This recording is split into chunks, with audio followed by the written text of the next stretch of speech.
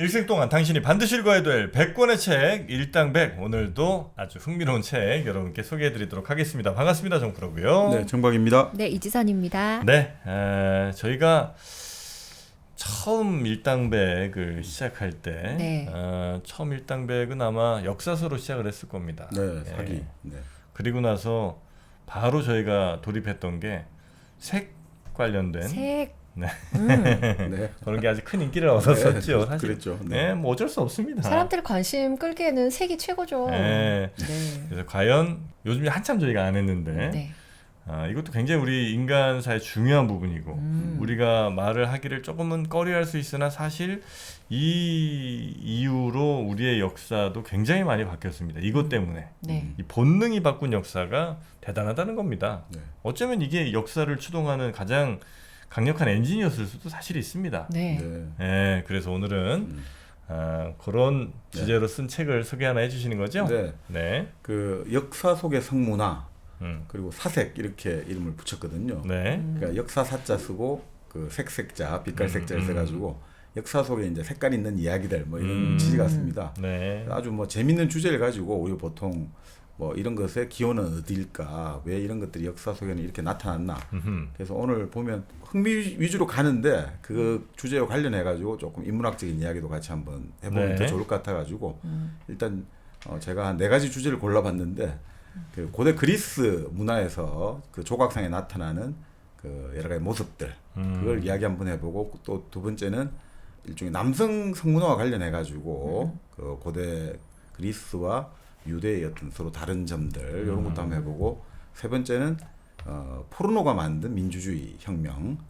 이게 좀 의외잖아요, 그죠? 네. 네. 보통 프랑스 대혁명이랄까 이런 것들은 아주 계몽 사상가들의 그 계몽 철학들, 루소의 일종의 사회 계약론들 이런 것들로 기인했다고 생각했는데 사실은 프랑스 대혁명이 여러 가지 이제 포르노 소설에 융성하고 아주 궤를 같이 한다는 것들, 그런 것들 여러 가지 해가지고 한 4대까지 한번 이야기를 나눠 보면서 그 주제에 맞게 또 그거와 맞는 좀 인문학적인 담론이라고 할까, 네. 이렇게 좀 약간 단짠하는 느낌으로 간단하고 단짠, 짜고 뭐 단짠. 이런 식으로 한번 그래 가보시죠. 뭐. 네네네. 네.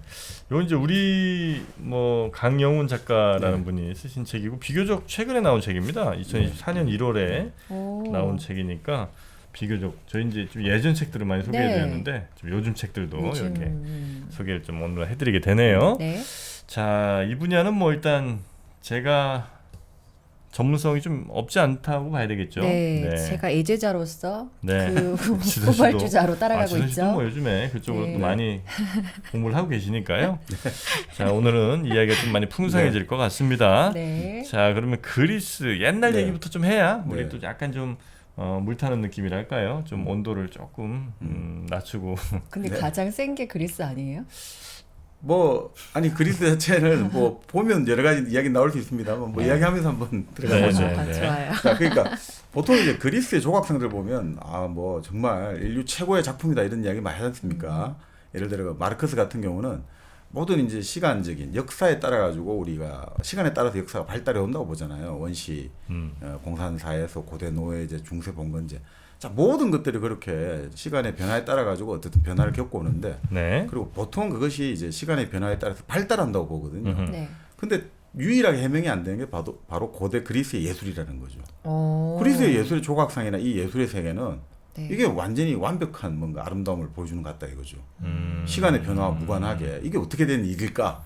그래서 이 막시즘이 여러 분야에서 아주 뭐 인류 역사의 여러 현상들을 아주 설득력 있게 해석을 합니다만 이 예술에 대해서 막시즘이 상당히 이 부분에 대해서 좀 취약하단 말이죠. 네. 그래서 그만큼 이제 그리스의 조각상들 예를 들어서 지금 뭐 여러 가지 그 형태를 뭐 나중에 또 후대 그 예전의 원형을 가지고 뭐 모방도 했고 했습니다만 또 남아 있는데 뭐 다비드상이랄까 라오콘 군상 이런 것들 보고 있으면 아주 뭐 이게 정말 약동안의 인간의 어떤 육체라는 게 그 돌로 저렇게 어떻게 담아낼 수 있을까? 그래서 뭐 빈켈만이라는 아주 유명한 미학자가 그런 이야기를 했단 말이죠. 이 고대 그리스의 예술 작품을 보고 있으면 고귀한 단순, 고요한 위대 이런 말을 했거든요.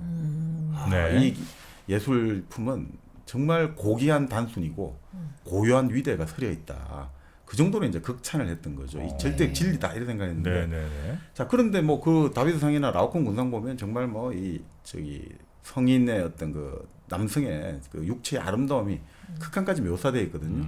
근데 참 여기에 한 가지 의아한 게 그 어른의 몸이 있는데 그것은 아이의 그것이다 이거죠. 아이 그 시대 그렇게 고만했겠지.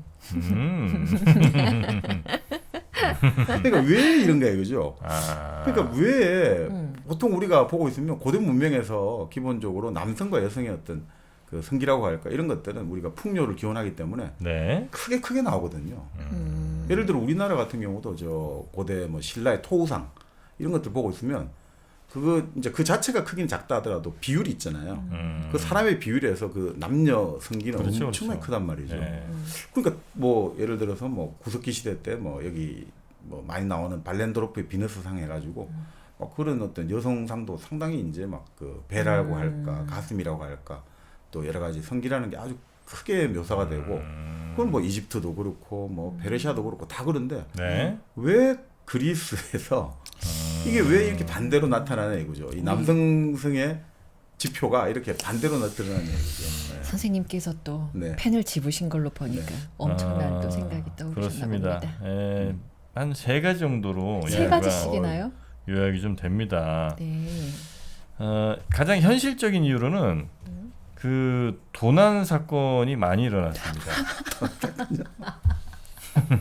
네. 현실적인 이유예요. 네, 도난 사건. 왜냐면 그런 거 사실 조각하기가 쉽지 않은데 막상 해놓으니까 애들이 다 똑똑 뛰어가네? 아, 네. 안 되잖아요. 그럼 안 되죠. 그래서 이제 차라리 작게 만들었더니 애들이 안 뭐 가져가더라. 필요가 없으니까 네, 그런 게 하나가 좀 있을 것 같고요. 네. 또 하나는 당시에 그 작품을 보는 사람들, 그 작품을 보는 사람들 이게 요거는 이른바 공공미술 같은 거란 말이에요. 네. 누구나 볼 수 있는 곳에 위치하는. 네.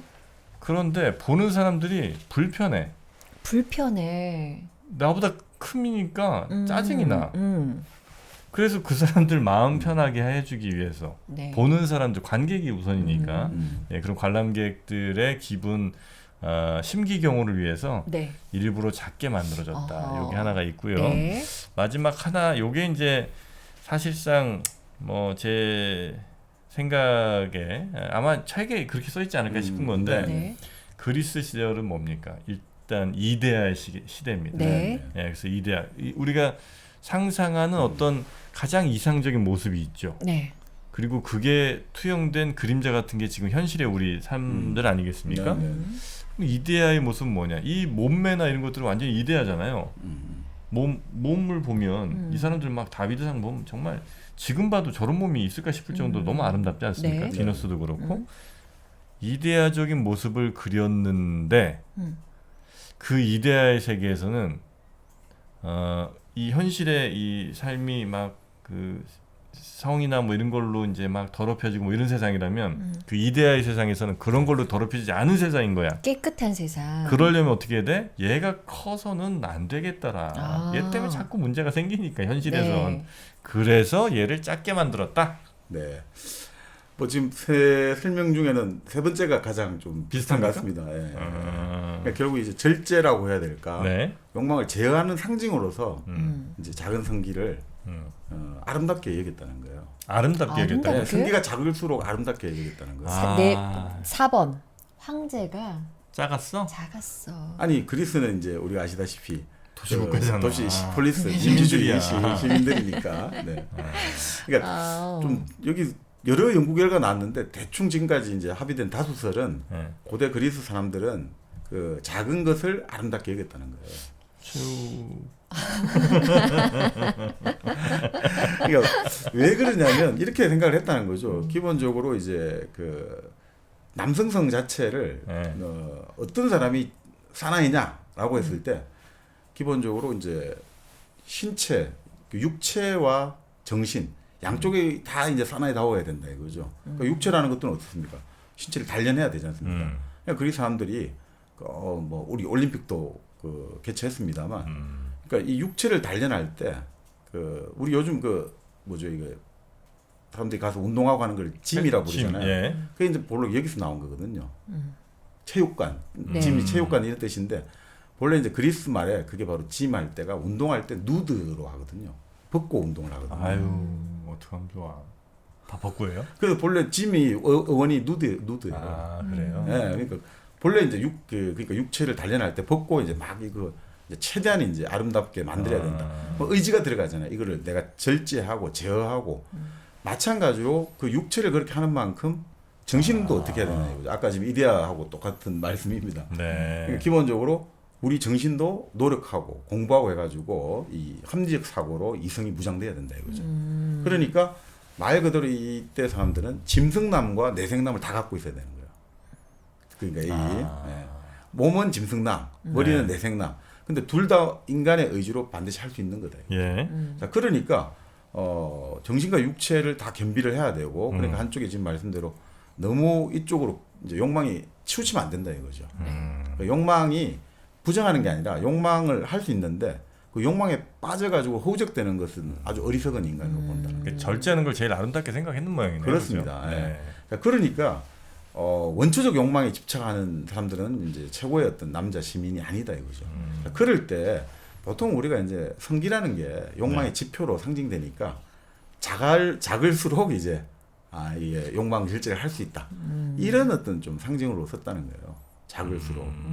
이 사람 작다는 거는 몸이 이렇게 막 건장한데 성기가 작게 묘사된 거는 이 사람 얼마나 그냥 짐승남이겠냐. 그렇지만 이 사람은 절제를 할 수 있는 사람이야. 그러니까 이게 형상을 보여줘야 되니까 이 몸 막 이제 막 근육질의 몸을 보여줘야 되는데 이 정신을 보여줘야 되잖아요. 이 지적인 사람이란 걸 뭘로 보여줘야 될까?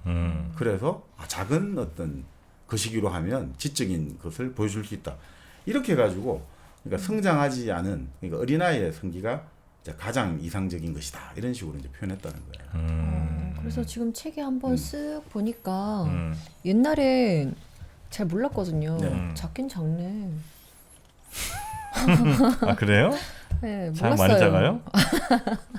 이 정도면 몰랐어요. 됐지 않았어? 그러니까 이게 사실 좀 중세에도 넘어와가지고 기독교 문화에서도 마찬가지로 이제 육체라는 게 원죄잖아요. 그러니까 우리 인간이 육체를 갖고 있다는 것 자체가 원죄에 해당되겠죠. 그러니까 이제 중세 시대 때 그림이나 조각 같은 경우에도 성기라는 것은 성인의 어떤 그 모습을 그리지만 성기는 아예 것으로 묘사하는. 그러니까 그래야지 또 금열이 통과가 안 되겠습니까? 네. 이거 성인 아니라니까 막 벌거벗은 몸을 그렸지만 봐 이거 애인데 뭐 이런 식으로 그래야지 금열이 통과될 수 있고 뭐 사실 19세기 이럴 때 그 누드 같은 그림을 그렸지 않습니까? 앵걸 같은 사람이 그림을 그릴 때 그럼 난리 날 거 아닙니까? 이러면 이거 완전 벌거벗은 누드를 그리냐? 그럴 때 제목을 뭐 동양풍 이렇게 붙이는 거예요. 서양 사람이 아니라 서양 사람이지만 딱 그렇게 그려온 이제 그림을 그리고 제목은 동양풍이라는 거야. 자 식민지 사람이야 이거. 그런 식으로 하면 또 이게 넘어간다는 거죠. 뭐 그런 의미에서 어쨌든 이렇게 좀 뭐 여러 가지 이제 그렇게 어른의 모습을 하면서 아이의 어떤 그 성기를 그린 것들이 뭐 그렇게 이제 해석되지 않겠냐 이렇게 이제 보고 있습니다. 로마 시대 때는 또 보니까 여성분들이 가슴이 큰 거를 또 네. 싫어했었나 봐요. 아이고야. 가슴 또한 작게 표현돼 네, 있어요. 그래서 이렇게 붕대로 묶고 다니는 분들이 아마 많으셨다는 이런 이제 기록도 있네요. 그렇죠. 그러니까 이제 뭐 브레지어가 고대 로마에서 시작됐다. 왜요? 왜 한숨이야? 아유, 이건 진짜 참 잘못된 선택인데. 근데 사실 뭐 그리스 같은 경우는 이제 뭐라고 할까 이 남성성이라고 할 때 이게 여자와의 관계에서 남성적이다 이런 게 아니고 네. 어떤 능동적인 역할을 하는 것이 남성성이라고 봤대요. 그래서 사실은 그리스 같은 경우는 이제 가슴이 뛰는 사랑은 주로 소년들과의 사랑에서 그 가슴 뛰는 사랑을 많이 느꼈다는 거죠. 그래서 에로스라고 하는 게 보통은 어린 소년들하고의 관계에서 에로스라고 네. 느꼈고 그때는 그게 뭐 동성애라는 그런 개념이 없었다는 거예요. 그런 단어나 그런 개념이 없다는 거죠. 그러니까 우리 그리스 같은 경우는 그런 이야기 하지 않습니까? 아이를 낳아줘야 되는 내 본 부인이 있어야 된다 이거죠. 본처. 그리고 내 몸 관리도 해주고 정기적으로 어떤 성생활을 할 수 있는 일종의 첩이 있다 이거죠. 첩.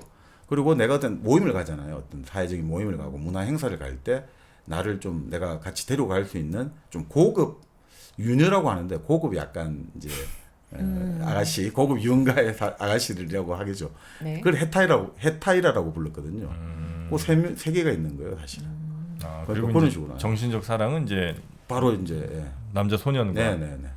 그래서 남자 소년의 성기를 이렇게 어른의 몸에 갖다 붙인 게 이상적으로 볼 수 있어요. 그럴 수도 있겠네요. 예. 남자 소년과의 어떤 정신적 사랑을 이상적인 사랑으로 생각했다면 예. 뭐 그럴 수 그러니까 있겠네요. 이제 그리스 사람들 같은 경우는 뭔가 열정적이고 감각적인 사랑이 있지 않습니까? 그러니까 에로스가 확 뛰는 사랑은 원칙적으로 결혼한 사람들에게서는 찾아보기 힘들다고 봤대요.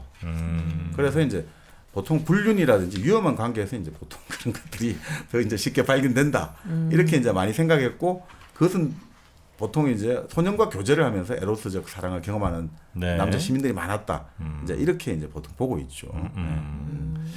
자, 그렇게 이제 고대 그리스에서 네. 석상에 나타난 성기의 모습이 좀 너무 비정상적으로 작은 것 같은 네. 이유. 네. 그게 이제 이런 바탕이 좀 있었던 거고요. 네. 근데 이 책에 보면 네. 그런 이야기도 나와요. 근데 이게 비슷한 게 우리나라 사례도 하나 나왔다는 거예요. 우리나라? 예.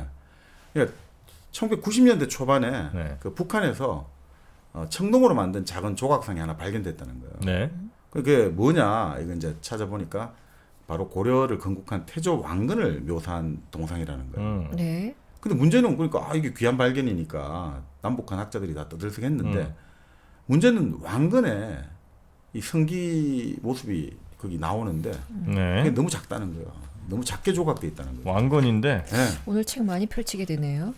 보자. 왕건은 없네 그림은. 왕건이 작은 왕건이 아니죠. 왜 그래? 자, 그러니까 이것도 좀 웃기지 않습니까? 우리도 예전에 아까 뭐 제가 그 신라 이야기도 드렸고 했습니다만 본래 우리 고대 삼국 시대 이럴 때도 한반도에서는 당연히 외국과 마찬가지로 저 다른 서양 문화권이나 다 마찬가지로 성격 큰 게 다 환영을 받았는데 왜 이러냐? 네. 그 신라 지정왕 같은 경우는 사설을 관찰해 보면 지정왕은 이게 지중왕이 너무너무 이게 그 뭐라고 할까 장대해가지고 맞는 짝을 구하기 힘들었다는 거예요. 그래서 왕비를 못 구해가 정말 애를 먹었다는 거죠. 그래서 이제 왕비를 어떻게 하면 구하나 했는데 이제 사람을 전국에 보내가지고 찾고 있는데 어디를 가니까 변이 이따만한 변이 있더라는 거죠. 변. 네. 그러니까 이걸 누가 塗냐니까 어떤 여인이 塗었다 이러니까 야 이 정도면 우리 왕가 이게 짝이 될 만하다 해가지고 쌉가능. 그래서 그 부인을 그 모시고 온 거죠. 그래서 연재 부인이라고 하는데 배우자로 삼았던 거죠. 그래서 왕비가 된 거예요. 와. 그 정도로 이제 뭔가 왕이 되려면 뭔가 남하고 달라야 된다. 왕비가 되려면 뭔가 달라야 된다 이런 게 있었단 말이죠. 그런데 왜 왕건은 이렇게 작게 묘사됐냐 이거죠. 그래서 이제 이걸 갖고 많은 수랑설레가 있었는데 이제 결국 당시에 불교 문화의 영향을 받았다는 거죠. 불교에서는 부처님의 상호라고 하죠. 부처님이 갖추는 신체 특징이 있거든요. 네. 뭐 귀가 이렇게 늘어지고 뭐 있지 않습니까? 이런 백호라가 뭐 털 같은 게 있고 이런 게 있는데 그 중에 이제 생식기와 관련한 그 특징이 있거든요. 네. 그거를 뭐라고 하냐면 마음장상이라고 해요. 마음 장상? 마음장상인데 네. 말맞자 그 우리가 그늘음자 보통 생식기 할 때서는 음부할 때서는 네. 생식기 음자 그리고 장은 감춰질 상자. 장할 때 보통 우리가 보관하고 있다는 뜻이 있지 않습니까? 무슨 뭐라고 할까 대장성 이렇게 일본 치면 네. 흔히 이제 창고란 뜻이죠.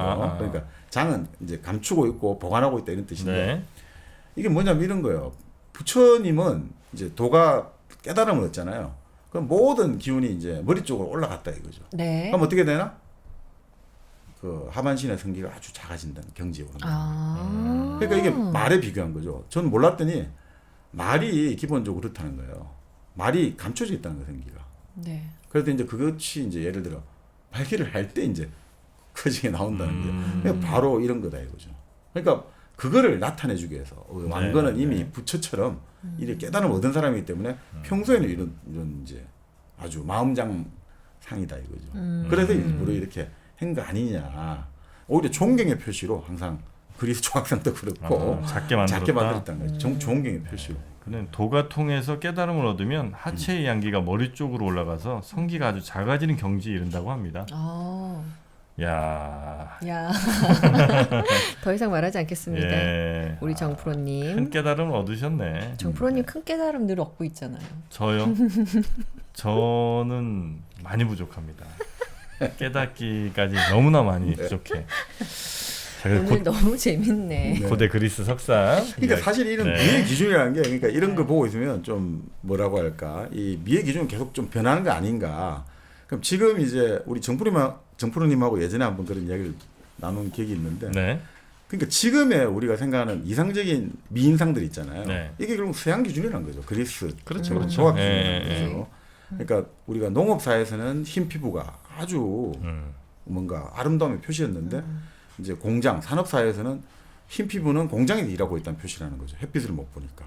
그래서 흰 피부가 별로 이제는 고귀한 표시가 안 됐다는 거죠. 그리고 예전에 먹고 살기 힘들 때는 배가 나온다는 것은 아름답다는 거예요. 저 배가 나올 만큼의 경제력이 있다. 저 사람 집에 먹을 게 많다. 이러니까 아름답다 했는데 지금은 배가 나오는 것은 자기 관리가 잘 안 된다. 이런 식의 뭔가 그로 계속의 사람들이 계속 변하는 거죠. 그래서 이제 하나의 미라는 것도 결국은 뭐라고 할까 부랄까 권력이랄까 이런 데서 결국은 이 미의 기준들이 계속해서 바뀌는 거 아닌가 이런 이제 이야기를 들어가지고 그래서 어떤 분들은 그런 이야기를 하는 분도 있어요. 이 주장이 그 인류학자 김연경이라는 분이 있는데 예전에 한번 그런 글을 썼거든요. 그 영화 그 다운사이징 있지 않습니까? 네. 네. 그 다운사이징에서 결국 어떻습니까? 부부가 좀 가난하니까 이걸 탈피하기 위해서 키를 13분의 1로 줄여버리죠. 네. 그러면 키가 이제 줄어들면 우리가 이제 몸무게하고 부피는 세제곱이 되거든요. 네. 그러면 2744분의 1로 부피와 무게가 줄어들게 돼요. 그리고 그래 되면 어떻습니까? 내가 지금 이 좁은 집인데 갑자기 확 넓은 집이 돼버리고 내가 쓰는 에너지 자원량이 확 줄어들게 되잖아요. 그러니까 잘 살 수 있다 뭐 이런 식의 이제 이야기가 나오지 않습니까? 근데 이제 이분이 재밌는 이야기가 아름다움의 기준을 보통 웬만큼 해서는 다들 바꿀 수 있다 이러는데 하나 못 바꾸는 기준들이 있잖아요. 특히 여성분들 같은 경우가 키? 키잖아요. 네. 그러니까 이거에 대해서 만약에 우리가 지금 인류에 여러 가지 문제가 있는데 자원과 환경가 있는데 예를 들어 지금은 큰 키를 이제 이상적으로 보잖아요. 보통은 이렇게 봐요. 평균 신장보다 남자 평균 신장보다 한 3% 높은 것을 가장 이상적인 신장으로 본대요. 네. 그러니까 175cm, 3cm 정도가 뭐 남성의 평균 키면 한 178 정도가 이제 이상적인 남성 키인데 네. 그러다 보면 이제 체중도 늘어나게 되고 당연히 여러 가지 에너지 대사량이 늘어나게 되는데 이분 재밌는 이야기가 나는데 키를 135cm 남성을 이상적인 걸로 우리가 진화 압력을 뭐 어쨌든 한 사회가 예를 들어 압력을 넣어가지고 이것이 예쁘다라 이것이 이상적이다 해가지고 작은 키가 만약에 그렇게 이상적이 된다고 생각해 보자 이거죠. 네. 그러니까 135cm 정도가 네. 이상형이 된단 말이죠. 그러면 보통 이게 몸무게가 뭐 예를 들어 평균 키 한 170에서 요건 좀 어려우니까 이렇게 봅시다. 몸무게가 그러니까 절반으로 줄어들잖아요. 네. 네. 그러면 신장이 보통 이제 아까 말씀드린 대로 키가 줄어드는 거에 비해서 몸무게나 부피는 세제곱이 되는데 그러면 이제 몸무게가 절반 줄어들 때 역으로 하면 키와 몸무게가 세제곱 근이 되거든요. 그러면 몸무게가 절반 지금 줄어들면 키가 막 같이 줄어든다 치면 20% 정도 줄어들게 돼요. 네. 네. 그러면 한 135cm 정도가 평균이 된다고 보거든요. 네. 자, 그러면 어떻게 되냐 이거죠.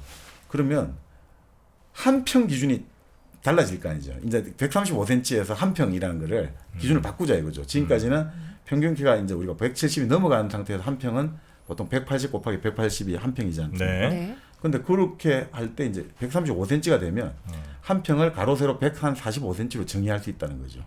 자, 그럼 이렇게 하는 거죠. 19평 아파트가 30평 정도가 된다는 거예요.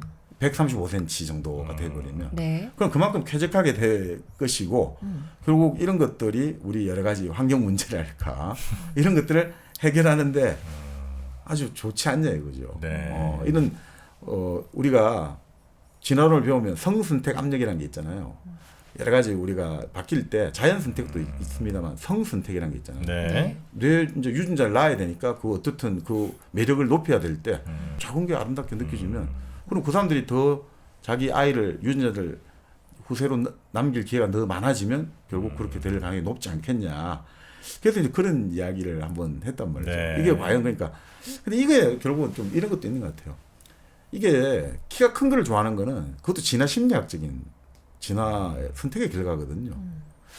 클수록 사실 사이즈가 모든 걸 결정한다고 보거든요. 클수록 여러 가지 에너지 대사나 이런 게 유리하기 때문에 사실 사람들이 큰 사람을 좋아한다는 거예요. 네. 그런데 이제 이게 과연 가능할 수 있을까? 사회적으로 만약에 선택을 하면 가능하지 않죠. 가능하지 않다. 네, 가능하지 않고 어. 아름다움의 기준이 뭐 매번 바뀐다고 하지만 네. 그러니까 큰 원칙은 5,000년 전이나 지금이나 똑같아요. 고대 그리스 몸매 봤죠? 네. 다비드상 이쁘지 않아요? 예뻐요. 지금도 아주 이상적인 몸매예요, 사실은. 근데 지금도 어떤 그렇고. 섬에 가면 네. 굉장히 미의 기준이 확실히 다른 섬도 있잖아요. 여성이 엄청나게 뚱뚱한 거예요. 아니. 그거는 그래 본 적은 없어. 그래 본 적 없다고. 그래 본 적은 없고 그건 네. 같은데. 그게 이제 예를 들어서 꽤 지금 우리나라보다 조금 더 풍만한 여성들이 인기 있는 사회들이 있죠. 네, 그건 이제 완전 진짜 뚱뚱하고 진짜 그렇던데요. 어디 찾아보면 나와요. 없어. 네, 그런 거는 존재할 수가 없습니다. 네. 꽉 막혔네. 아니 존재할 수가 네. 없고 그 옛날에는 그러면 키 작은 남자 혹은 어깨 좁은 남자, 허리 굽은 남자 혹은 네. 대머리 남자, 머리 빠진 남자가 인기 있었던 적이 단 한 번이라도 있었냐는 거예요. 없었어. 근데 그러니까 왜냐하면 그게 우리가 생식에 있어서 가장 유리한 게 예를 들면 넓은 어깨, 뭐 큰 키, 탄탄한 근육 이런 것들은 변하지가 않거든요. 여성에게도 역시 요구되는 게 비슷하죠. 네네. 네, 그래서 그거는 변한 적이 단 한 번도 없고 그리고 뭐 임신에 가장 최적화된 등등의 이제 여러 조건들이 있을 텐데 그건 변하지 않으나 네. 다만 트렌드들이 변주를 올리긴 하죠. 그래서 뭐 어떨 때는 조금 더 짙은 피부가, 어떨 때는 조금 더 좀 마른 체형이, 어떨 때는 그 마른 것보다 조금 더 뭐 살이 좀 살집이 있는 요 정도의 변주는 이제 우리가 인간이라면 누구나 어떨 때 막 너무 많아지면 이제 좀 지겨워지거나 질리긴 하잖아요. 그래서 똑같은 차들이 막 다 똑같이 굴러다니면 아유 이제 좀 다른 차 보고 싶은 마음처럼 문화별로 사회별로 조금씩의 변주 트렌드는 약간씩 바뀌는 경향들이 있으나 큰 원칙은 동일하다. 5,000년 전, 10,000년 전과 지금과 그건 앞으로도 같을 것이다. 그건 좀 너무 인간 중심주의적인 생각 같은 인간 것인데. 중심? 네. 이거 인간인데 뭐. 근데 뭐, 네. 보통은 이제 이렇게 보는 거죠. 네. 미의 기준이 지금 말씀대로 근데 네. 이제 변하지 않는 부분도 있단 말이죠. 네. 근데 보통 그럴 때는 지금까지 우리가 연구한 거 보면 네. 일하지 않는다는 것이 미의 기준이 보통 돼요. 그래서 일하지 이제 않는다. 그러니까 예를 들어 가지고 예전 마강수 그 선생도 그런 이야기를 했는데 뭔가 지배층의 특성은 비노동적인 거거든요.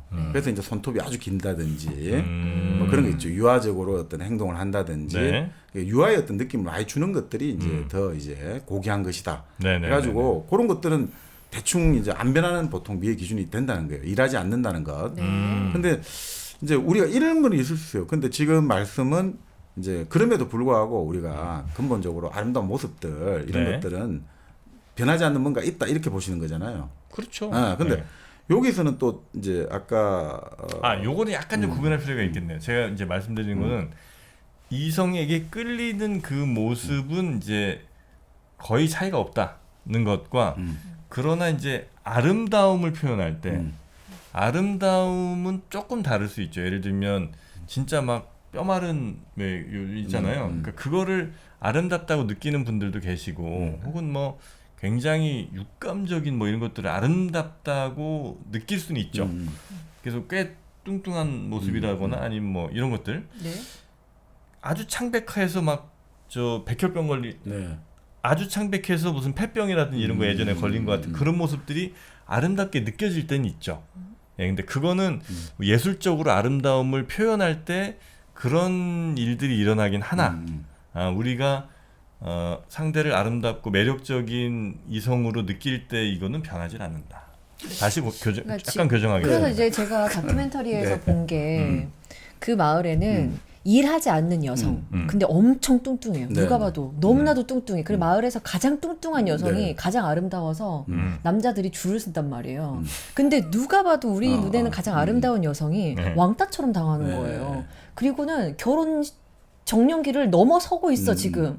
저한테는 아무도 밤 초원을 하지 되면 않아요. 바뀔 걸. 아니에요. 그런 낮에 찍을 때만 그러는 거 아니야? 그래서 저도 너무 그게 신기하더라고요. 왜 저 나라 저 아. 섬의 문화는 저럴까라면서. 뭐 그럴 수는 있죠. 예. 네. 그러니까 이제 이런 것 같아요. 그러니까 보통 이제 그걸 바꿔 말씀드리면, 그러니까 예를 들어가 황금비가 있지 않냐 이거죠. 수학적으로 황금 비율 있잖아요. 네네네. 예를 들어 우리 이 휴대폰 같은 경우 이 비율들이 있잖아요. 가로 네. 세로 이 아름다움 느끼는 비율은 이거 안 변하잖아요. 그러니까 사람의 어떤 예를 들어 우리가 이제 아름답다 느끼는 신체 비율들이 있지 않습니까? 네. 지금 아까 말씀한 게 그 바로 이제 고대 그리스랄까 로마 조각상 보면 황금 비율들이 있지 않습니까? 뭐 이런 거 안 변하지 않냐? 네, 그러니까 네. 맞는 말씀인데. 네. 그 사실 근데 신체 비율의 미적 기준도 그 사실 사회적으로는 변하거든요. 또 예를 들어 가지고 우리가 머리가 큰 거 있지 않습니까? 그게 예전엔 아주 좋은 기준이었거든요. 그러니까 머리가 크다는 게 엄청 좋았어요. 근데 우리 좋았지. 근데 최근에는 머리가 작을수록 좋잖아요. 네. 예전에 머리가 작으면 있잖아요. 막 놀렸단 말이죠. 정말 소두라고? 소두라고 놀리고 조두라고 놀리고. 오. 그리고 머리가 작으면 당연히 머리도 나쁠 거다 생각해서 그냥 머리 작은 애들이 어마어마하게 스트레스를 많이 받았거든요. 머리가 큰 사람들은 되게 떳떳하게 다녔거든요. 근데 그게 지금 이제 많이 변했잖아요. 네. 머리가 작은 사람이 예쁘고 더 이제 뭐 비율이 좋고 하니까 참 재밌는 게 이게 시간이 우리가 몇 세대도 별로 안 지났는데 어느 날 갑자기 전부 다 머리가 작은 사람들이 지금 대부분 많이 나오거든요. 아 실제로 나오는 실제로 애들이? 아이들 자체다. 아. 그러니까 이게 결국 어떻게 보면 네. 그러니까 사실은 또 이런 거죠. 그러니까 사회적 감수성이 그만큼 압력으로 작용한다는 거예요. 의식적 무의식적이든 간에 사람들이 이것이 아름답다.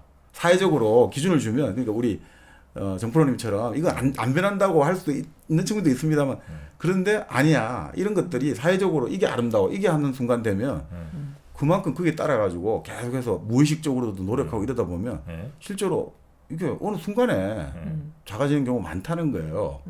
그러니까 이런 걸 보고 있으면 야 이게 기준이 과연 사회적으로 이게 그러니까 우리가 그런 이야기 했잖아요. 예전에 아프다는 것도 아프고 네네네네. 이제 여기에 효과가 있다는 것도 사회적으로 정해져. 아니 우리 아픈 걸 어떻게 사회적으로 정하냐는데 레비스트로스가 연구를 해보니까 그 약이라는 것도 사회적으로 효과가 있다고 믿어지면 그만큼 강력한 효과를 발휘하는 그 우리가 대표님 플라시보 말씀을 합니다만 네네네. 그러니까 이런 걸 보고 있으면 인간이 그만큼 사회적인 동물이라는 거죠. 그러니까 이 사람들의 이걸 많이 이제 압력과 의식을 하기 때문에 그렇게 본다면 야, 이 미적인 기준도 사실 과연 이제 우리가 이거 변하지 않는다 이렇게 장담할 수 있을까? 그러니까 아예 그런 말씀하면 될 것 같아요. 미적인 기준들이 네. 계속해서 이제 이런 것들은 변하지 않아. 이건 이런 것들이 가장 아름다움이야라고 사회적으로 계속 되면 당연히 그거는 이제 계속 가겠습니다만 그런데 그런 것들이 계속해서 이것이 아름답다. 이것이 추하다라고 하는 거는 우리 예전에 그런 영화가 있었잖아요. 그 영화에 제가 제목 기억 안 나는데 사람들이 변기에 앉아가지고 서로 대화를 나누고 있는 거예요. 네. 그 양변기에 앉아갖고 네. 양변기에 쭉 앉아갖고 서로 우리가 이 식사 자리에서 밥 먹으면서 이야기하듯이 그러다 갑자기 어떤 사람이 엄청 미안한 얼굴을 하고 잠시 실례하겠습니다 해가지고 우리가 밥 먹다가 화장실 갈 때 좀 미안해가지고 실례하겠습니다 하듯이 그래서 변기에서 일어나더니 혼자 어디 걸어가가지고 혼자 식당에서 밥을 먹고 있는 거예요. 우리가 혼자 화장실에 가듯이. 네. 그러니까 그거조차도 예를 들어 변기에서 이렇게 하는 게 개인의 은밀한 행위가 아니라 변기에서 서로 그 용변을 보면서 서로 대화를 나누는 게 바로 이게 친교의 행위고 네. 밥을 먹는다는 것은 혼자 그건 처리해야 되는 용변 보듯이 그건 아주 사적인 행위다. 라고 이제 그걸 영화가 아주 재밌게 보여주는 거예요. 그러니까 네. 이런 것조차도 우리가 생각하는 아주 생리적인 현상조차도 사회적으로 쾌와 불쾌를 한번 도전해 볼 수 있지 않는가. 그게 뭐 맞다 안 맞다가 아니라 우리가 갖고 있는 고정관념 한번 뒤흔들어 주더라고요. 그래서 참 신기하게 생각했죠. 네. 예를 들어서 신성일 배우 아시죠? 네. 그분은 옛날엔 잘생겼지만 그 얼굴이 만약 지금 보면 못생긴 얼굴일까? 그건 아니죠. 여전히 잘 생겼죠. 장동건 씨가 예를 들어 한 100년 전에 갔으면 정말 못생긴 얼굴이었을까? 약간 못 보던 얼굴이었을 수는 있겠지. 못생긴 얼굴은 아닐 거라고 저는 봅니다. 여기에 의미하는 건 뭘까요? 그러나 네. 변치 않는 가치가 있긴 있죠. 예를 들면 1kg 커피 같은 경우는 아, 네. 시간이 지나도 또 장소가 바뀌어도 사람이 바뀌어도 변치 않는 향, 변치 않는 커피의 본류의 맛 네. 이런 것들을 늘 우리에게 변함없이 또 제공해주고 있지 않습니까? 네. 그래서 1kg 커피 사랑은 계속해서 저희 팬분 중에 어떤 분이 옛날 에피소드 듣고 예. 제 번호를 어떻게 옛날 에피소드에서는 제가 광고 달라면서 제 번호를 이렇게 음. 알려드렸거든요. 네네. 그랬더니 연락이 왔어요. 1kg 커피를 너무나 사랑하고 계시다고 울산에 계신 네. 선생님이신데 네 정말 너무 고맙습니다. 이번에도 근데 번호 한 번만 까주세요. 제 번호요? 네. 지금은 안 되지. 왜요? 우리 네. 일당백 광고 얼마나 좋아. 그죠? 좋죠. 예, 너무 여러분 좋은데. 광고 좀 주십시오. 예, 근데 번호를 깠더니 광고는 안 들어오고 장난 전화만 계속 그래요? 예. 그러면 지금도 그 영상 누가 찾아서 이제 뭐 아마 뭐 보실 수도 있겠죠. 네. 네. 거기 잘 한번 찾아보세요. 저희 거 옛날 거 다 보셔야 되니까. 끝에쯤 나옵니다. 네. 자, 1kg 커피 많이 앞으로도 사랑해 주시고요. 자, 그리스의 석상들이 중요 부위가 굉장히 작게 묘사된 이유에 대해서 이런저런 얘기를 한번 좀 나눠봤고요. 다음은 어떤 거 있습니까? 자, 두 번째는 이제 나치가 예전에 이제 유태인들을 잡아 들였지 않습니까? 네. 프론트 보내려고. 자, 그런데 유태인이라고 뭐 사실 신체 특징이 나 유태인이요 이런 건 잘 없지 않습니까? 약간 매부리코. 붙은 매부리코 네. 이런 건 있습니다만 그것만 갖고 딱 유태인이라고 그러긴 어렵죠. 어렵잖아요. 그래서 이 유태인 남성을 식별하는 방법이 있었다는 거죠. 그리고 우리나라 같은 경우도 요즘은 좀 뭐 덜합니다만 예전에 그 대공수사했던 분들 이야기가 뭐 예를 들어 강가라든지 해안가에 뭐 예를 들어 변시체가 발견됐지 않습니까? 그럼 이게 대공 용의점이 있는지 혐의점이 있는지 없는지를 조사할 때 하는 방법이 있었다는 거예요. 나치가 유태인을 식별하는 방법하고 성과 관련이 있습니까? 이게? 네. 뭐예요? 남성이에요. 주로 이제 남성, 남성? 성인 남성을 대상으로 하는데. 그 유대 할례 같은 맞습니다. 그런 거죠? 예. 아, 그 포경 여부를 본다. 그 자국이 있나? 예. 그러니까 그게 예를 들어 유태인들은 할례를 하니까 이제 포경 수술을 한 거지 않습니까? 예. 네. 그러니까 이제 포피를 이제 벗겨낸 거고 특히 또 여기 남한 같은 경우는 기본적으로 언제부터죠? 한 60년대 이후부터인가요? 대부분 다 이제 그런 수술들을 많이 했죠. 많이 하니까 예. 이제 그런데 위생 등등 해서 북한 같은 경우는 거의 안 돼 안 있어요. 하거든요. 아. 그러니까 예를 들어 만약에 그게 올 때 대공 용의점으로 그 포경수를 했는지 안 했는지 여부를 체크했다는 거예요. 그건 난 진짜 너무 좀 잔인한 것 같아. 우리 이제 젊은 어린 시절에 거의 다 했거든요. 우리 네. 때는 한 90% 이상 아마 다 했을 거예요, 그죠? 네. 그래서 다 막 하다 보니까 굳이 필요가 없는 친구들도 많이 아마 했을 겁니다. 그리고 왜요? 아니 맞아. 네. 그렇죠. 네네.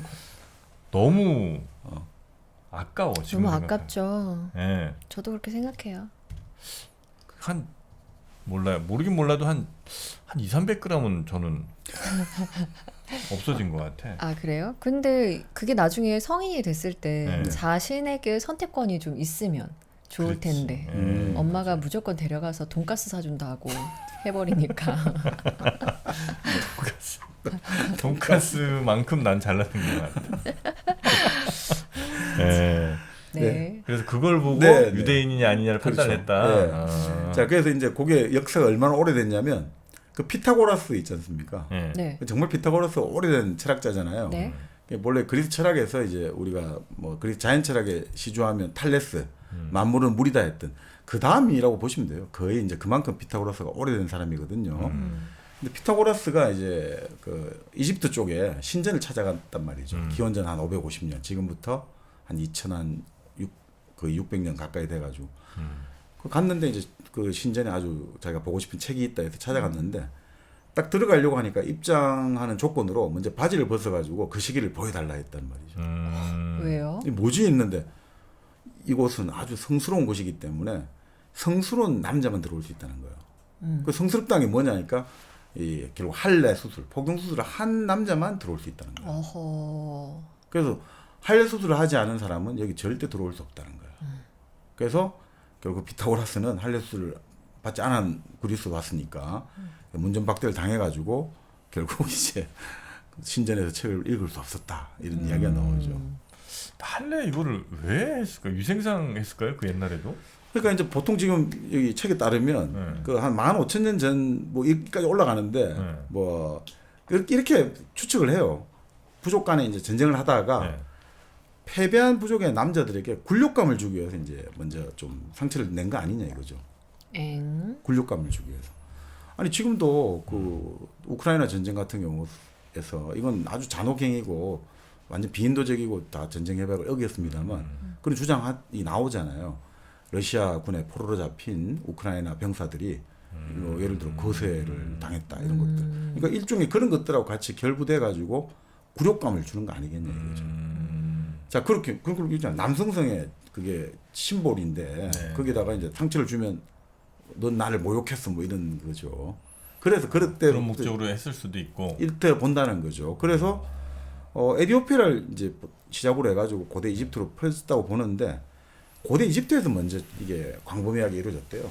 할례가. 이집트. 예. 왜냐하면 네. 이집트가 어쨌든 더운 날이잖아요. 네. 그러니까 지금 말씀대로 아무래도 이제 그 용변을 보고 나서 그런 것들이 잔류하다 보면 찌꺼기가 되고 위생상 좀 안 좋다. 네, 네. 그래서 그걸 방지하기 위해서 이제 수술한 거 아니냐. 그러니까 위생적인 이유로 처음에 했다고 이제 보통 보여지거든요. 근데 결국 나중에 근데 이게 처음에 위생적으로 했을지 모르겠는데 결국 그 이집트의 고 문서 같은 데 보면 그 이집트에서 태양신 라라고 나오지 않습니까? 네. 뭐 파라오 하는 게 라의 아들 이런 뜻 아닙니까? 그 라 같은 경우가 이제 포경 수술을 한 신으로 묘사돼요. 신이 포경 수술을 한 걸로 이제 묘사되거든요. 네. 그럼 신이 포경 수술을 했는데 신을 모시는 성직자들 사제들도 당연히 해야 될 거 아닙니까, 그죠? 그리고 그 사제들이 이제 신을 모시는 신전이 있으니까 당연히 여기 들어온 사람도 이걸 해야 된다.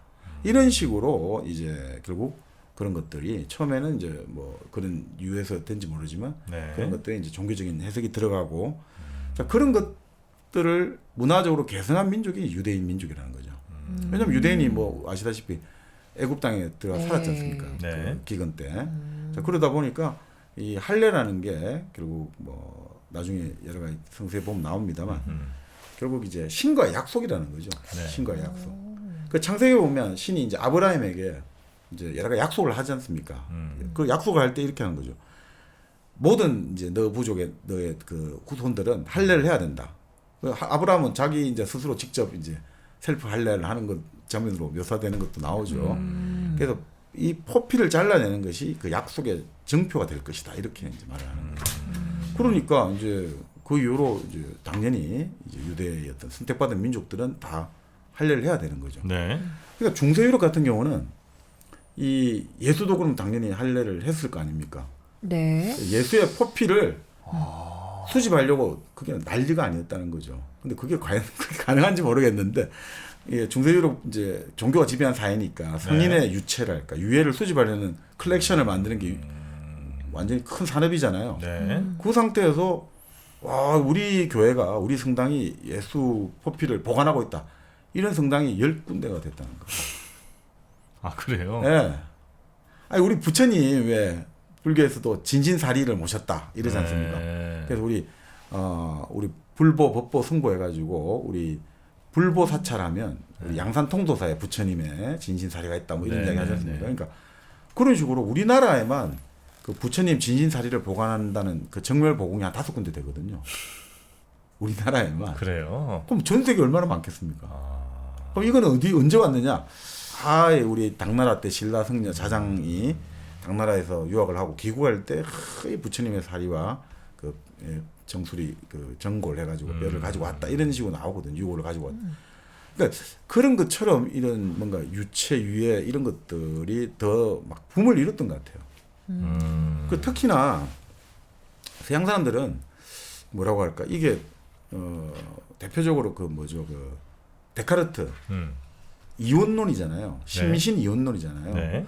정신과 육체는 완전히 다르다고 보잖아요. 그리고 사실 그것은 뭐 플라톤부터 나오지 않습니까? 플라톤은 이원론이지 않습니까? 저 이데아가 있고 이 우리 살아가는 이 네. 모상의 어떤 가짜 세계가 있는 거지 않습니까?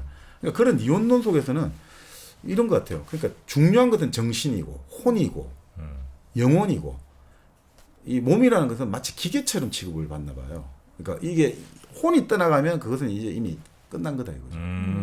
그러니까 오히려 역설적으로 그래서 그 유럽 사회랄까 기독교 민문권에서는 우리는 아니 만약에 아주 위대한 성인이 돌아가시면 뭐 그냥 화장을 한다든지 그지 불교식으로 네. 아니면 아주 딱 있는 그대로 잘 이제 그죠 잘 염을 해가지고 수습을 해서 매장을 하고 이러는데 여기서는 그렇게 이제 이미 인간의 혼이 떠나면 이것은 그냥 아무것도 아니다 나무 토막이든 뭐다 이러니까 그런 거 있지 않습니까? 그 내장을 발라낸다든지 뭐 그런 게 있죠. 뭐 칼을 대고 뭐 네, 봉합을 네, 하고 네, 네. 색깔을 칠하고 이런 뭐 누가 재밌는 말씀하는 장이 비즈니스가 아주 발달했다는 거예요. 이게 아주 번창하고 이런 것들 팔고 팔리고 하는 거 있죠. 이런 뭐 몸의 일부분 가지고 야 이게 이런 문화가 상당히 발전하는 게 지금 같은 상상하기 어렵고 아무리 돌아가신 분이라도 그 몸에 함부로 설령 자식들도 이렇게 네. 잘 손을 못 대고 뭐 네. 이렇게 하는 게 일반적인데 아 그때는 이제 일단 혼이 빠져나가면 이건 그냥 마치 그냥 생선이든 아니면 뭐 사람 몸이든 그냥 큰 의미가 없는 그래서 이제 그런 지금 아까 말씀드린 포피를 채취해가지고 우리 교회가 가지고 있다라고 하는 게 여기서 가능한 것 같아요. 왜냐하면 네네네. 이미 기독교에서 다 이제 끝나고 이게 혼이 빠지면 이건 아무것도 아닌 그냥 고깃 덩어리니까 거기서 빼가지고 기념하는 물건이 될 수 있다고 보니까 뭐 이런 거 아닌 것 같습니다. 그러니까 네네네. 그게 이게 참 누가 재밌는 이야기를 하는데 그런 것 같아요. 그러니까 동양에서는 어떤 사고가 나가지고 사망한 사람이 다친 안타까운 사건이 일어나지 않습니까? 네. 그러면 우리 같은 경우는 반드시 그것을 수습을 해야 되지 않습니까? 어떤 비용을 들여서라도. 네. 왜냐하면 우리는 그 고인이 생전에 이걸 가지고 있던 물건이라든지 이런 데도 다 영혼이 들어있다 보잖아요. 네. 그래서 우리가 물고가 났다 이런 말을 하거든요. 물고가 났다. 물고? 사람이 죽었다 이거를 여러 가지 때 물고 이렇게 하고 이러거든요. 네. 그게 뭐냐 쓰는 물건이 이제 더 레이시 됐단 말이에요. 옛날 이제 죽어졌다. 그 물건 쓰는 사람이 죽었기 때문에 옛날 게 돼버렸다. 그만큼 이제 우리가 죽음의 표현에도 이 물건에도 다 같이 뭔가 부여를 하거든요. 네. 그렇기 때문에 이 시신을 수습하지 못하고 이런 것들을 이게 남아 있는 사람들은 그거 하면 안 되는 거예요. 반드시 그것을 수습해야 되고 뭐 우리가 흔히 말하는 거 있잖아요. 굿을 내서라도 그 강물에 흘러가는 머리카락 하나도 끄집어내면 아이고 이제 이게 그 돌아가신 분이 머리카락을 이렇게 받아왔다. 이런 만큼 우리는 그게 되게 엄숙하고 성스러운데 물건이 네, 아닌 네, 거죠. 그 네. 자체가 우리는 이론론이죠. 근데 서양 같은 경우는 이게 좀 아니란 말이죠.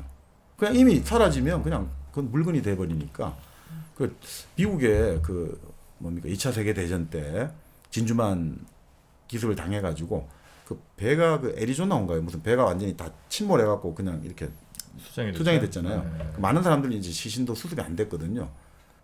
그러니까 우리 같으면 그게 안 되잖아요. 우리는 어떻게든 그걸 건져내야 되고 아니면 뭐라도 잠수부가 가서 해야 되는데 미국은 그 문화가 지금 이런 문화란 말이죠. 이미 이제 딱 그 사람의 영혼이 빠져나갔다 생각하는 순간 뭐 그것은 하나의 어떤 뭐라고 할까 대상이 돼버리니까 거기 자체를 하나의 어떤 묘로 만드는 거예요. 그래서 거기 자체가 기념관이 되어 있고 거기 자체가 그냥 하나의 어떤 거대한 수중묘가 돼버리는 거죠. 참 그게 우리하고 다른 것 같아요. 우리는 절대 그런 방식의 사고를 하지 않거든요. 우리는 어떻게든 그걸 수습해가지고 지상에서 화장을 하든 매장을 하든 참 이게 좀 다른 것 같아요. 저 불쌍한 영혼들 네. 넋이라도 건져야 건져야 된다. 됩니다. 뭐 이러면서 네, 이제 네. 어떻게든 네. 그 안에 있는 건 못 보죠. 네. 미국과는 그러니까 서양과는 서양과는 좀 이게 그러니까 이게 이원론이냐 우리는 이게 물건에도 다 그 사람의 네. 그 우리는 뭐 그런 이야기 하지 않습니까? 오래된 빗자루도 함부로 물건 같은 거 빗자루 도깨비로 변한다 할 만큼 우리는 좀 약간 그런 것들 각별한 의미를 부여하는데 네. 서양은 이런 식의 어떤 그래서 아기 예수 포피를 보관한다는 성당이 10군데나 될 만큼 이게 좀 그러니까 결국은 이원론의 세계고 우리는 이론론의 세계 좀 다른 것 같아요. 네. 자, 근데 그럼에도 불구하고 어떻든 뭐 그 성당에 애 못 낳는 여성들이 그 찾아갔다는 거죠. 결국 이제 그 교회를 찾아가면 뭔가 좀 도움을 받지 않을까. 뭐 사람 심리는 또 비슷하니까. 네. 네. 자, 그런데 유태인들이 이렇게 이제 그 포피 이제 제거를 하는 것들을 하려는 했는데 문제는 그리스 사람들은 이걸 너무너무 좀 별로 안 좋아했대요. 그리스 사람들은. 유대인들은 했는데. 네. 왜냐면 그리스 사람들은 아니 아까 경기하고 이럴 때 몸 다듬을 때 나체로 다 하는데 네. 이 사람들의 원칙은 다 모든 거는 누드가 되면 되는데 귀두는 노출되면 안 된다는 거예요. 귀두 노출은 금지. 또 재밌죠. 그래요? 네, 귀두는 절대 보여주면 안 된다 이거죠. 그래서 그리스 무슨 그 그림이라든지 그 항아리라든지 접시 이 그림에 막 남자들이 딱 벗고 있는데 그 남자들 그 성기 끝을 그 키노데스메라고 이 끈으로 묶어놨잖아요. 끝을 그래요? 예, 끈으로 묶어놓은 그림들이 좀 있죠. 네네네. 그래서 이 사람들은 그리스 사람들 입장에서는 이 귀두를 드러낸 유대인 이집트인을 아주 경멸하는 거예요. 아 그건 굉장히 네. 천박한 일이라고 그런 하구나. 예. 왜냐면 이제 보통 포피가 있는 상태에서는 그건 이제 일반적인 평상시고 이제 보통 그 안에 게 드러나는 경우는 흥분 상태라든지 뭐 이제 그런 뭐, 거 하는 건데 맞아요. 성관계를 할 때나 네. 이렇게 이제 드러내거나 뭐 이렇게 되는 거기 때문에 그거를 평소에 이렇게 드러낸다는 거를 굉장히 좀 그런 좀 저급한 걸로 생각을 뭐 그럴 아마 한 것 같네요. 될 것 네. 같습니다. 자, 그런데 문제는 이제 그리스가 이제 그 지중해 세계의 절대 강자로 부상하니까 네. 유대인들 같은 경우가 이게 핍박을 받지 않습니까? 네. 그러니까 즉시 어느 사회든 지배 계급 주류의 문화나 미가 기준이 되잖아요. 그러니까 뭐 이 유대 사람들은 그런 식의 이제 그 복용 수술을 하고 기술을 드러낸다 하니까 그리스의 아주 높은 장군이 그 바로 할례를 담당하는 유대 랍비를 돌로 때려 죽였다는 이야기도 있고 오. 그만큼 이제 아주 탄압이 들어가지 않습니까? 네. 그러니까 유대인들이 이제 다시 재건 성형 수술이 유행하는 거예요. 재건? 재건을 해야 되잖아요. 어떻게 재건해요? 그래서 포피 재건술이라고 하는데 당겨가지고 덮기도 하고 오. 그 다음에 깔때기 모양의 추를 만들어 갖고 추 있지 않습니까? 깔때기로 만들어 갖고 남아 있는 포피 쪽에 매달면 그 살이 무게 때문에 늘어나게? 살이 당겨져 갖고 귀두가 다시 덮여지고 참 눈물겹죠. 아니 뭐 이 사람들이 강대국 사람들이 싫어하니까 그 이제 그 혐오에서 벗어나야 되니까. 묶은 게 더 이상하다. 네? 키노레스메를 묶은 사진이 있는데 네. 참 이상하네요. 그래요. 혼자만 보니까 보시는 분들이 약간 좀 짜증 나실 것 같은데 네. 보시려면 저 역사 속 성문화 사색이라는 책이 있습니다.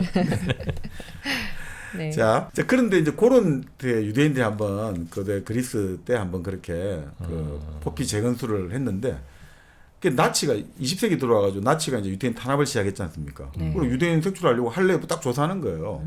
그 기독교인들은 할례를 안 했으니까. 그러니까 기독교인 같은 경우는 그 아브라함도 하고 그건 다 했을 건데 예수님도 왜 안 했냐? 그러니까 이건 좀 그 문화의 특징돼 있으니까 선교를 할까 포교를 할 때 좀 부딪히게 되지 않습니까? 네. 그게 바로 그 사도 바울이 할례를 꼭 안 해도 된다는 이제 메시지를 던졌거든요. 그러면 이제 안 한 거죠. 자, 그러니까 유럽 기독교인들은 할례를 하지 않았다는 거죠. 자, 그러니까 독일 쪽에서 이제 유대인들 막 저게 유대인 추정 세력들이다. 아니면 유대인 추정 가정이다 하면 급습해가지고 유대인 증명해. 유대인 아닌 걸 증명해. 이러다가 뭐 안 돼 보면 그 집 이제 성인 남자 바지를 벗겨보는 거죠. 그래서 이거 유대인이네. 이런 식으로.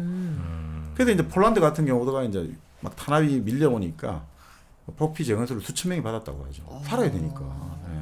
그래서 참 생존을 위해서 절박하게 했다는 거죠. 이 복용수술에 참 슬픈 그러네요. 것들이 들어있습니다. 네. 네. 아유, 하여튼 고생이 많았습니다. 힘드셨겠어요. 네, 그 오이들 네, 고생들이 참 많았고요. 네. 아, 이게 참 다 어떻게 보면 네. 사과 때문에 벌어진 일들인데 왜 그렇지 사과? 아니 그 에덴의 사과에서 부끄러움을 알게 되고 네, 그러면서 이제 시작된 일일 텐데 그렇죠. 그러니까 에덴에서 부끄러움을 알게 돼가지고 가리지 않습니까? 나무 네. 밑으로. 그러니까 나중에 그 러시아에서 생겨난 뭐 이 책에 나온 내용입니다만 그 스콥치라는 종파가 있거든요. 네. 그 종파는 거세를 권장했거든요. 거세요? 예. 바로 애초에 에덴 동산에 있을 때 우리가 이제 그 아담과 이브가 부끄러움을 느껴가지고 이제 가렸지 않습니까? 네. 그 부분을 다 거세를 해야지 우리 온전히 진다 해가지고 여자들 같은 경우는 가슴을 절제를 해버리고 남자들은 뭐 생식기를 다 절제를 해거든요. 그런 종파가 있었어요. 아니 그럼 더 이상 대가 이어지지 않을 거 아니에요? 아니면 거기까지는 하고 저 자르셨나? 그러니까 뭐 그런데도 그러니까 당연히 그러니까 큰일 나지 않습니까? 생산을 못 해내니까 당국에서 탄압도 많이 하고 했는데 그럼에도 또 살아남고 뭐 그렇게 해가지고 20세기 초반까지 한 10만 명 정도 그 러시아에 그 믿는 상당히 수가 있었대요. 그런 종파가 네, 스콥치라고. 근데 그런 것들이 좀 있어요. 예를 들어 갖고 종교의 수도를 하다가 특정 종교를 떠나가지고 그 생식기 절제한 사람들도 있죠. 이야. 우리나라 같은 경우도. 그래요? 네. 근데 그 병원에서 뭐 이렇게 하려면 불법일 거 아니에요? 그런 걸 하면. 그것도 뭐 하는 분들이 있죠. 잘못하면 죽을 것 같은데. 뭐 죽지는 않죠, 병원에서 하면. 아니 지금도 학원이 있죠. 그 예를 들어 성전환 수술들, 그 절제를 하고 하는 학원이 있죠. 그렇겠네요. 물론 그걸 하기 위해서 우리는 상당히 여러 절차를 거치죠. 그러니까 뭐 여러 가지 그 뭡니까 정신과적인 감정도 하고 뭐 하는 것 같아요. 네, 그러니까 뭐 하고 있죠.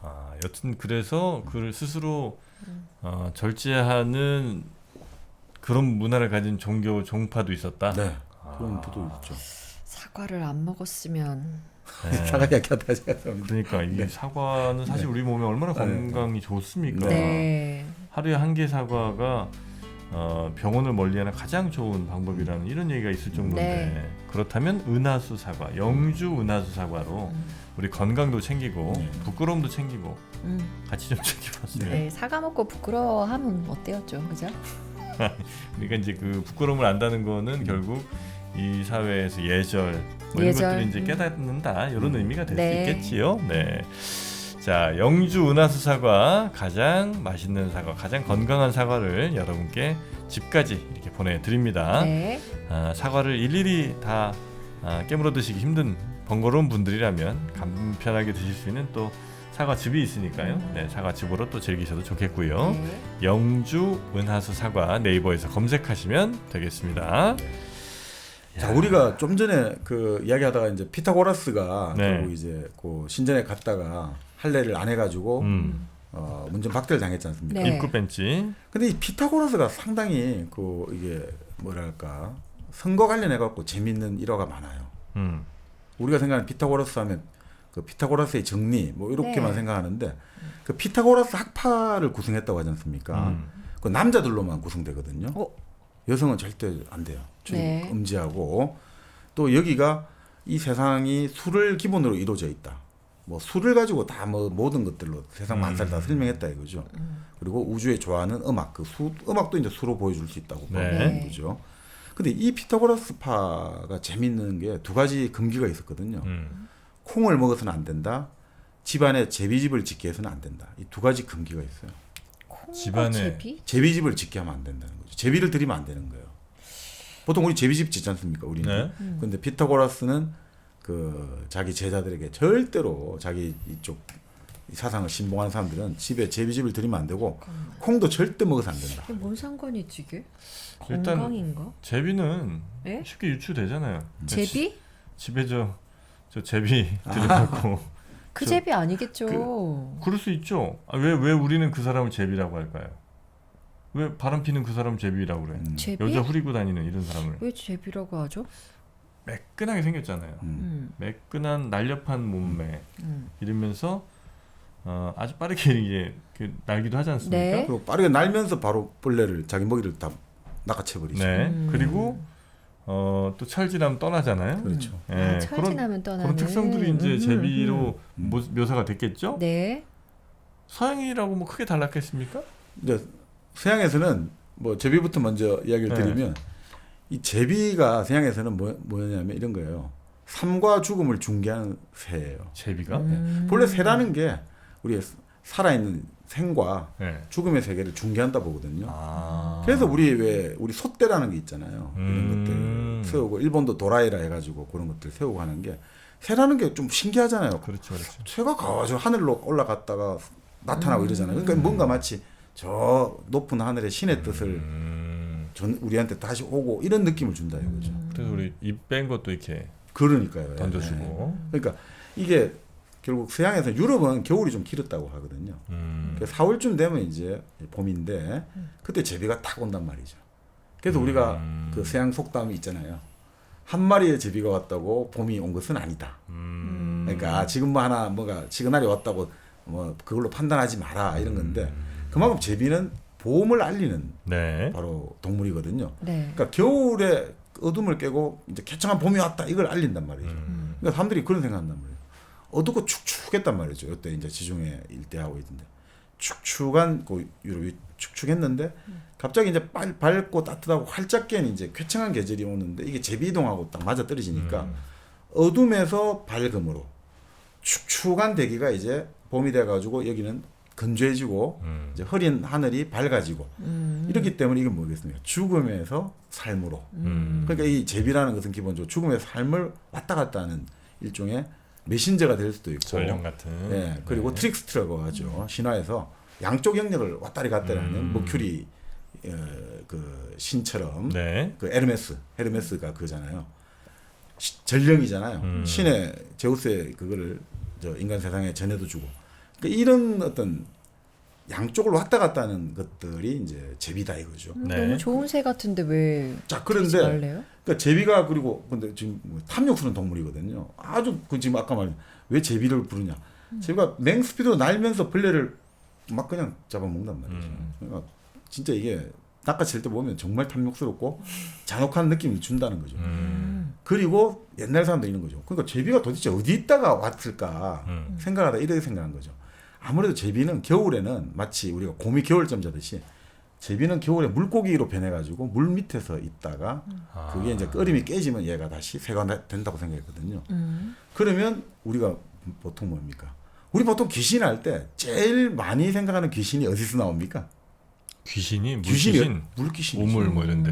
그러니까요. 우리 옛날 무서운 영화 링 같은데 보면 예. 뭐 우물이 있고 항상 그렇단 말이에요. 뭔가 폐쇄적인데 근데 물이라는 게 사실 사람들에게는 죽음의 영역이거든요. 우리 예전에 뭐 유명한 말 중에 도선의 판 인생. 배를 타고 강을 건너갈 때 판, 그 인생 삶과 죽음은 요 판자 조각 하나로 결정되는 거예요. 판자 조각. 여기 판자 조각 위에 내가 이렇게 서 있으면 사는 거고 이 판자 조각이 무너지면 내가 떨어지면 죽는 거예요. 네. 그만큼 이 물의 세계라는 거는 항상 죽음이고 그래서 항상 우리가 물귀신 작전 하잖아요.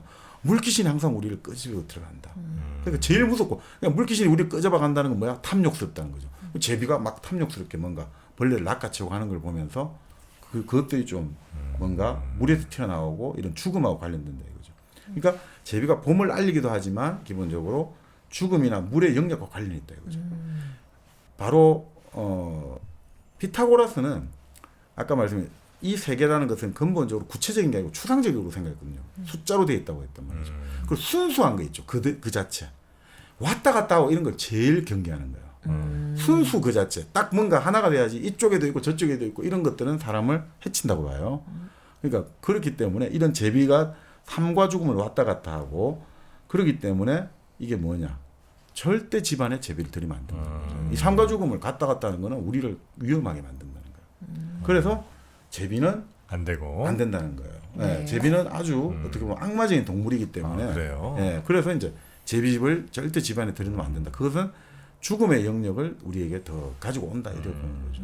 콩은? 그러니까 콩도 좀 있는 게 콩은 참 재밌잖아요. 우리가 생각할 때 아니 이게 고기가 없을 때 이 식물성 단백질 우리에게 주는 아주 얼마나 네. 정말 인간에게 필수적인 그 5대 곡물에 들어가거든요. 콩이.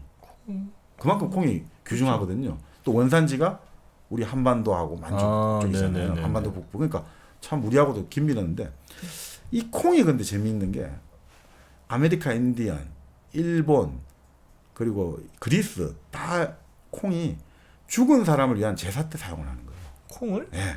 그러니까 일본 같은 경우는 그랬다고 하거든요. 일본의 그 나카자와 신이치 책을 보면 겨울이 이제 완전히 물러나고 봄이 오지 않습니까? 그럴 때 이제 일본 같은 경우는 입춘 이럴 때 어떤 의식을 치르냐면 그렇게 말을 한다는 거죠. 귀신은 밖으로, 복은 안으로 하면서 콩이나 팥을 던진다는 거예요. 콩이나 팥을. 귀신은 밖으로 이제 쫓아내고 복은 안으로 들이면서. 아니 우리도 예전에 그 우리도 약간 팥 같은 거 하죠. 뿌렸죠. 예. 그러니까 벽살을 할 때 뭔가 던지는 거 있죠. 우리 소금도 많이, 뭐 일본도 소금도 하고 합니다만 콩을 던지면서 이제 봄이 왔다는 걸 알린다는 거죠. 인디언도 그랬고 그리고 보통 겨울이란 거는 이제 죽음의 계절하고 관련됩니다. 겨울은 기본적으로 죽음의 계절입니다. 네. 그래서 우리가 예전에 저 사형을 할 때 중국 같은 경우도 우리도 그렇고 사형수들 있잖아요. 함부로 안 죽이고 겨울철에 죽여요. 아, 겨울철에 죽이는 거예요. 철 맞춰서. 네, 철 맞춰서 죽이는 거예요. 함부로 막 죽이잖아요. 물론 예외도 있습니다만 대체. 자, 그럴 때 아메리카 인디언들도 하여튼 죽을 사람한테 콩 던지고 그리스에서도 장례를 치르고 매장할 때 그 콩을 먹기도 하고 던지기도 하거든요. 그러니까 왜 그러냐? 그러니까 아메리카 인디언은 이렇게 봤대요. 옥수수는 남성적이고 콩은 여성적이라고 봤대요. 아, 그러니까 그렇죠. 옥수수는 이게 그러니까 옥수수가 그리고 요즘 개량돼서 이렇게 네. 큰 거지 예전엔 지금보다 작았어요. 그러니까 알겠죠? 남자의 콩은. 이제 페니스를 상징하고 콩은 콩은 콩껍질 이렇게 쫙 벌리잖아요. 진짜요? 맞아요? 맞습니다. 콩은 여성적으로 봤어요. 그러니까 네. 이것 때문이에요 이렇게? 근데 이제 그것도 있습니다만 콩 자체가 근데 그렇게 근데 생기기도 이제 했고. 그렇게 이제 콩은 보통 이제 옥수수의 남성에 비해서는 만약 옥수수니까 이게 뭔가 딱 절대 정해졌다기보다 상대적인 건데 옥수수가 남성적일 때 상대적으로 콩은 여성적인데 남자로 치면 예를 들어 옥수수는 남성의 이제 직접적인 페니스를 상징하고 콩은 고환을 상징하는 거예요. 응? 고환. 콩이? 네, 고환. 안에 이제 오. 그리고 콩은 말랑말랑하다 이거죠. 네. 그래서 상대적으로 이제 여기가 콩과 옥수수 대립이 남자의 성기에서 만약 대립을 주면 고환과 페니스의 대립으로 보는 거죠. 그래서 좀 더 부드러운 고환은 페니스에 비해서 보다 여성적인 존재로 보는 거죠.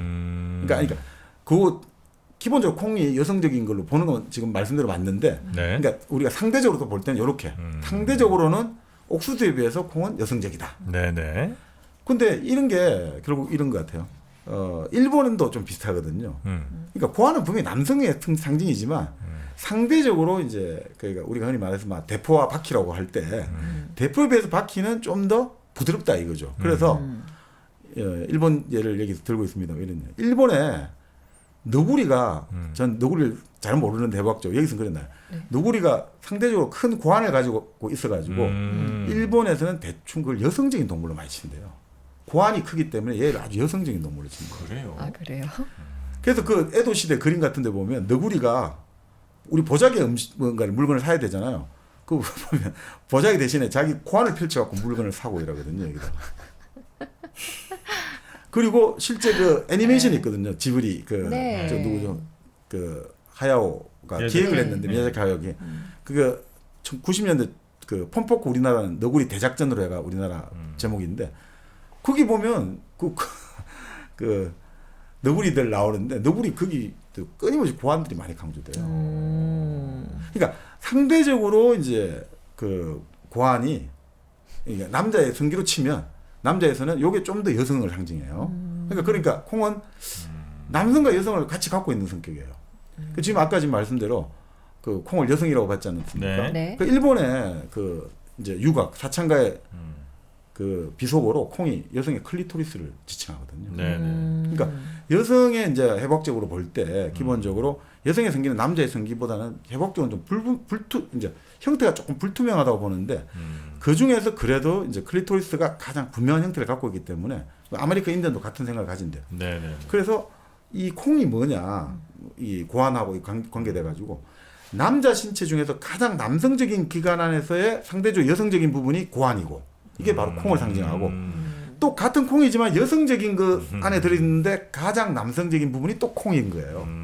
그러니까 콩이 남성이면서도 여성이고 여성이면 남성인 거예요. 그렇긴 하네. 아니마와 아니무스를 다 같이 갖고 있고 그리고 남성 여성은 대립하고 있는데 콩이 중재를 해주는 말이에요. 콩을 통해서 남성 여성은 이게 기능들이 서로 이제 중개가 되거든요. 네네네. 그래서 옛날에 이제 신화를 보면 이 곡물이 어디서 나왔을까? 쌀, 보리, 뭐 조, 수수, 콩 이런 게 어디서 나왔을까? 여신이 살해를 당했는데 그 여신이 살해를 당했어요. 그 여신의 몸에서 죽은 여신의 눈이나 입에서는 우리가 말하는 쌀, 보리 이런 게 나오고 밀 이런 게 나오고 죽은 여신의 하복부에서는 콩이 나왔다는 거예요. 그러니까 콩은 그러니까 이게 참 재밌는데 그 여성의 자궁을 기본적으로 um이라고 부르잖아요. 네. 근데 그 무덤을 우리가 툼이라고 부르잖아요. 네. 그러니까 사실은 이게 좀 묘하거든요. 그러니까 생명을 산출한 공간인데 이걸 또 무덤으로 돌아간다 이렇게 비슷하게 본단 말이죠. 그렇죠. 그러니까 바로 그게 죽음을 상징하는 거예요. 그러니까 콩은 처음부터 죽음하고 관련되는 곡물이라는 거죠. 콩을 먹어서 우리 인간은 살지만 그건 죽음에서 나왔다고 보는 거죠. 자, 그런데 그러니까 콩은 생명에 가까이 있으면서 보다 죽음에 가깝다 이거죠. 그러니까 콩은 남성 안에 여성이고 여성 안에 남성이고 생명을 주지만 또 거기에 죽음이 들어가 있다 이거죠. 그러니까 죽음의 향기가 배어 있는 작물이 콩이기 때문에 네네네. 망자, 죽은 이는 귀신은 콩을 좋아하고. 네. 그래서 인간은 왜 콩을 그렇게 던지고 하느냐? 콩을 그럼 죽은 사람을 4개로 해갖고 커뮤니케이션이 가능하다고 보는 거예요. 이걸 던지면서 자 콩을 던지면서 이제 죽은 사람은 나가라, 귀신은 나가고 복은 들어오고. 그러니까 이런 기능을 하고 있다 이거죠. 그래서 피타고라스가 너무너무 싫어했다는 거죠. 이거는 이중적 성격에다가 삼가종을 중지하기 때문에 아까 말씀드렸듯이 피타고라스의 교단은 여성 자체를 접근하는 걸 금지해요. 여성하고 아예 은금인 거예요. 금녀의 집인 거예요, 여기는. 그리고 여기서는 이 사람들은 극단적인 금욕주의예요. 그러니까 오로지 인간의 모든 욕망은 다 없애버리고 오로지 우리는 순수한 이 세상의 본질을 공부를 해야 된다. 그런데 이 세상의 본질은 숫자란 말이에요. 추상이거든요. 이 세상의 본질은. 그래서 이 피타고라스의 생각들에서 결국 나중에 플라톤의 이데아의 세계라는 것들이 영향을 받았고 이 피타고라스 학파 있죠. 이렇게 금욕주의하고 여기서 중세 유럽의 수도원이 이 모델인 거예요. 이게. 와, 우리 남자들끼리 살면서 우리끼리 뭐 그러면서 공부하고 네네. 이런 식으로 우리끼리 금욕주의로 이런 식으로 해서 중세 유럽의 수도원의 모델도 되었고 그 다음에 바로 플라톤으로 이어지는 서구의 형이상학적인 뭔가 그 형이상학에서 존재의 본질은 무엇인가 끊임없이 그런 걸 추구하잖아요. 네네네. 존재의 순수함은 무엇인가 이게 결국은 막 순수, 본질, 단순, 명료 이런 걸 추구하니까 이 콩이 가지고 있는 삶과 죽음, 남성 여성 이게 너무너무 싫었던 거죠. 그래서 콩을 먹으면 어떻게 되느냐? 남자가 콩을 먹으면 자기 체내에 과도하게 여성적인 것을 받아들인다는 거예요. 아니마가 뭐 너무 많이 쌓인다는 거죠. 그래서 그것은 결국 뭐냐? 그건 죽음하고 계속 가까이 가는 길이라는 거죠. 계속 죽는다는 거예요. 죽는 거. 그러니까 절대 그러면 안 된다. 그래서 절대 콩은 식용철도하면 안 돼. 그래서 콩하고 제비가 이런 식으로 집안에 제비를 들여서는 안 되고 몸속에 콩을 들여서도 안 된다. 그래서 우리는 딱 그 중계되고 이런 것들. 그래서 이 피타고라스 학파가 나중에 이제 결국 그 피타고라스 학파가 나중에 많이 그러니까 자기들끼리 그렇게 신비주의 이렇게 하니까 결국은 대중들의 공격을 받아가지고 결국 나중에 그게 다 깨져버렸죠. 다 사라져버렸죠. 네. 근데 약간 또 과학적으로도 맞을 수도 있는 게 그 콩이나 두부 이런 거 많이 먹으면 네. 네. 여성 호르몬이 네. 몸에서 많이 나온다는 얘기가 에스트로겐, 있기도 예, 있잖아요. 예, 예. 네. 어떻게 그리고 또 알았지? 좀 시체말 혹은 뭐 약간 좀 저 은어처럼 쓰는 게 콩 깐다는 말 하잖아요. 콩 깐다. 네, 그 이제 남녀간의 어떤 사랑을 나누는 시간을 콩 깐다. 뭐 그렇게 이제 또 표현을 하기도 하거든요. 네. 거기 이제 동서양을 막론하고 네. 굉장히 아마 콩이 그런 성적인 의미로도 많이 좀 해석을 네. 했던 게 아닌가 하는 네, 생각이 네. 좀 듭니다. 그러니까 일단 뭐 다산이지 않습니까? 그 콩껍질 하나에 많이 들어 있으니까 이게 뭔가 많이 애가 나오는 느낌도 주고 씨도 많이 들어 있다니까. 그러니까 다산과 풍류를 교환할 때 그렇기도 콩이 하네요. 아주 좋죠. 네. 자, 어떻게 역사 속 성문화 사색이란 책 네. 저희가 지금 소개해드리고 있는데 어떻게 계속 좀 버텨보시겠어요? 아니면 2부는 그냥 집에 가실래요? 2부 혹시 만약에 2부로 가면 저희 네. 무슨 내용 하나요? 그러니까 이분은 이제 정말 역사 속에서 이 성이 어떻게 작용했나 하고 나오는데 이 책에 따르면 이제 민주주의를 만든 포르노 그리고 근대를 만든 집창촌 네. 그런 게 있죠. 포르투갈 리스본 대지진이 일어났는데 네. 1655년에 네. 1755년에 일어났죠. 근데 그 리스본 대지진 이후로 사람들의 생각이 완전히 바뀌었다고 하죠. 어떻게 할래요? 전 2부로 빨리 넘어가고 싶습니다. 2부를 가볼래요 한번? 네네. 네, 알겠습니다. 그러면 저희는 역사 속 성문화 2부로 돌아오도록 하겠습니다. 좀 기다려 주십시오.